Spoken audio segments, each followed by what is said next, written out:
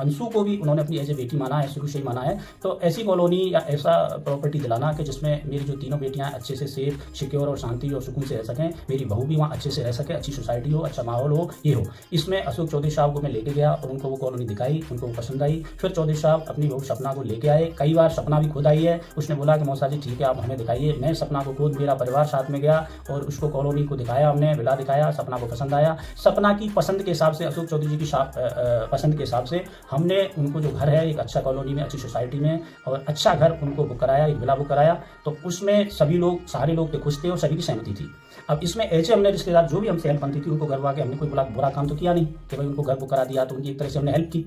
तो जब हेल्प की, सब कुछ किया, तो इसमें हम लोगों का इसमें क्या ऐसा क्या बुरा कर दिया हमने कि ऐसा क्या कर दिया कि उनको अब आज की डेट में हमें उसके जो नेगेटिव एजेंट हैं वो मिल रहे हैं। इसके बाद जब वो दिवाली पे जब वो आए चौधरी साहब यहाँ रहे, उनको वो विला दिखाया और विला का जो बिल्डर है जब वो बोला कि भाई मेरा ये जो विला है 4-5 महीने में आपका रेडी हो जाएगा, आप इसकी पोजीशन की तैयारी कीजिए, आपकी जो लेफ्ट ओवर है और जो इंस्टॉलमेंट है आप इसको पे कीजिए। और दूसरी एक और चीज़ कर दूँ मैं क्लियर करिए, चाहे वो अंशु के घर वाले भी इस चीज़ को देख रहे होंगे और बाकी लोग भी देख रहे हैं, ऑडियंस भी, जो उन्होंने जो विला बुक किया था उसमें चौधरी साहब ने और सपना ने दोनों ने मिलकर ऑनलाइन पेमेंट किया है, चेक के पेमेंट किया है। तो इसमें कोई भी विला, कोई भी प्रॉपर्टी जब आप ऑनलाइन पेमेंट कर रहे हो, चेक से कर रहे हो, ट्रांजेक्शन कर रहे हो, तो आज में किसी भी थर्ड पार्टी का या किसी भी रिश्तेदार का, किसी का भी उसमें उनका कोई कुछ हो ही नहीं सकता। कैसे हो सकता है? जिन्होंने कोई प्रॉपर्टी उन्होंने बुक की है तो उन्हीं के नाम से प्रॉपर्टी तो होगी कि कोई दूसरे के नाम से प्रॉपर्टी अगर बिल्डर भी करना चाहे 1 मिनट के लिए या और कोई करना चाहे तो कैसे हो सकता है? नहीं हो सकता।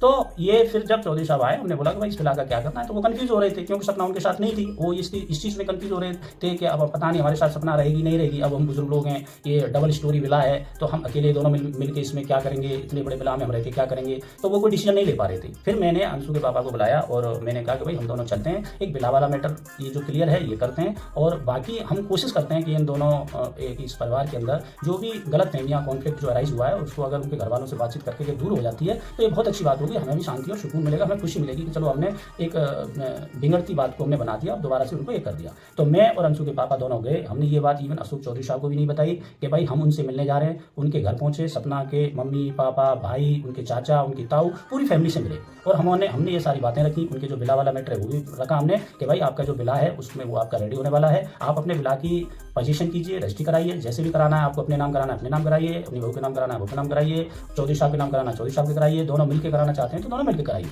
जैसे आपका चाहिए। और दूसरा बात हमारी ये रिक्वेस्ट है, हम ये चाहेंगे एज ए रिश्तेदार के नाते कि आप दोनों मिलकर दोबारा से जो गलत फहमियाँ जो दूर हुई हैं उन गलत फहमियाँ को दूर करें और एक साथ आप रहें। तो चौधरी साहब को अपनी जो बहू पोतियाँ हैं वो दोबारा से एक साथ रहेंगे तो इनका भी सभी का समय अच्छा रहा। तो उनके सपना के जो घर वाले थे, उनके जो चाचा थे, उनके ताऊ थे, मम्मी थे, भाई थे, परिवार थे, बहुत खुश हुए और उन्होंने हमारी बहुत सराहना की, बहुत अच्छा कदम है। और उन्होंने हमें हर तरह का पॉजिटिव आश्वासन दिया कि हम आपके साथ में हैं और ऐसी कोई बात नहीं है, हमारी तरफ से भी कोई नेगेटिविटी नहीं है और बहुत ही जल्दी हम इनको एक साथ कर देंगे और एक साथ रहेंगे, अच्छे से रहेंगे, बहुत अच्छे से सारी चीज़ें एकदम बढ़िया होगी।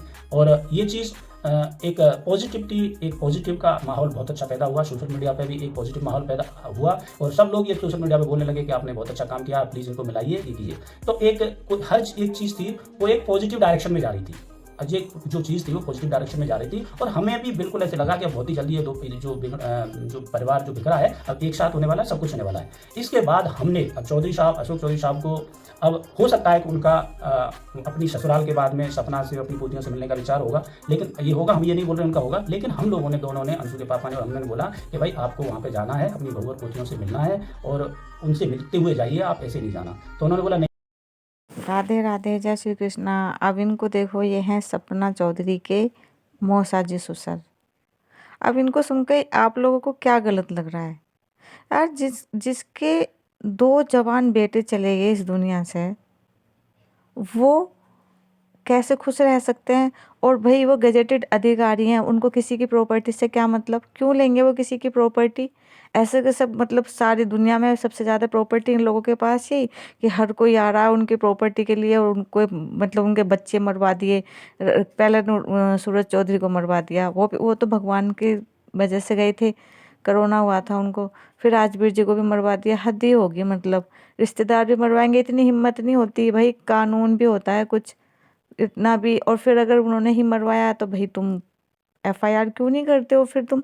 जब तुम्हें ये पता है कि उन्होंने मरवाया है, अंशु के पेरेंट्स ने, इन्होंने, जिनका भी आप नाम लेते हो, तो क्यों नहीं किया आप लोगों ने एफआईआर अभी तक?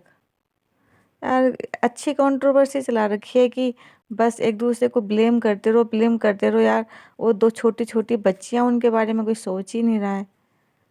सबसे पहले तो आप लोगों को उनके बारे में सोचना चाहिए, सारी कंट्रोवर्सी ख़त्म करके एक दूसरे से झगड़ा कर रहे हो, एक दूसरे को सोशल मीडिया को एक फाइट म्यूज़ियम बना दिया कि आओ सोशल मीडिया पे लड़ते हैं। ये सब चीज़ें छोड़कर अपना प्लीज़ बच्चों पे ध्यान दो। आप कभी यहाँ पे शिफ्ट हो रहे हो, कभी वहाँ पे शिफ्ट हो रहे हो। इधर-उधर शिफ्ट होने से कुछ नहीं होगा, जस्ट उनकी एजुकेशन वेस्ट हो रही है। कैसे पढ़ेंगी वो?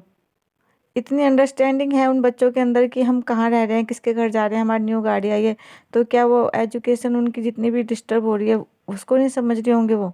बहुत एजुकेशन डिस्टर्ब हो रही है, उनको मत करो ये सारी चीज़ें। ये कंट्रोवर्सी चलती रहेगी। अपने बच्चों को अच्छे से स्कूल में एडमिशन कराओ, उनके पढ़ाई पर ध्यान दो। और भाई कोई किसी की प्रॉपर्टी का भूखा नहीं होता, किसी की प्रॉपर्टी लेना इतना आसान नहीं होता। और आप बोलते हो कि किसी ने आपके घर में आग लगाई, इन लोगों ने आग लगाई, वो तो आपको समझदारी होनी चाहिए ना कि सामने वाला भड़का रहा है और आप भड़क रहे हो, फिर आप उनको मौका ही क्यों दे रहे हो कि कुछ भी गलत हो आपके लाइफ में? उन्होंने, चलो हमने मान लिया कि वो चाहते हैं कि आपका घर टूटे, उन्होंने चाहा और आपने घर छोड़ दिया, तो आप तो वही चाह रहे हो जैसे वो चाहते हैं। यार प्यार से रहो। मैं तो आई विश यही चाहूँगी कि आप वापस घर जाओ। बच्चियों को बहुत ज़्यादा ज़रूरत है अपने ग्रैंडफादर मदर की, उन्हीं के साथ रहो, सेफ रहेंगी वो। इतनी कंट्रोवर्सी नहीं चलेगी, ऑडियंस आपको बहुत प्यार करती है, बच्चियों से बहुत प्यार करती है। मत भटको इधर उधर। और भाई सब मायके वाले भी देखो, अब डोंट माइंड जब तक साथ देते हैं, जब तक उनको दिखता है कि सब पैसे की माया है, कोई किसी का साथ नहीं देता। अदरवाइज राजवीर जी की डेथ हुई थी, 2 दिन बाद ही आपके भतीजे का बर्थडे सेलिब्रेशन हुआ था।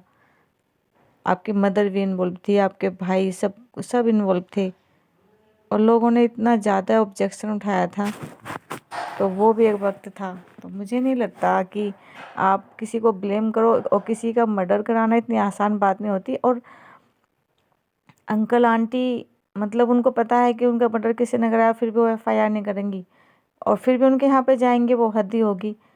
एक औलाद से प्यारी कोई चीज़ नहीं होती। अगर ये बात सच होती ना, वो कब का रिश्ता ख़त्म कर चुकी होती उनसे। मेरा मानना तो यही है कि अंकल आंटी के पास जाओ, अपने प्यार से रहो, किसी को ब्लेम मत करो, अपने बच्चियों पे ध्यान दो, उनको फोकस करो कि उन्हें कुछ बनाना है। और ऐसी कंट्रोवर्सी करती रहे तो आप कुछ भी नहीं बन पाएंगे, वो पढ़ भी नहीं पाएंगे फिर।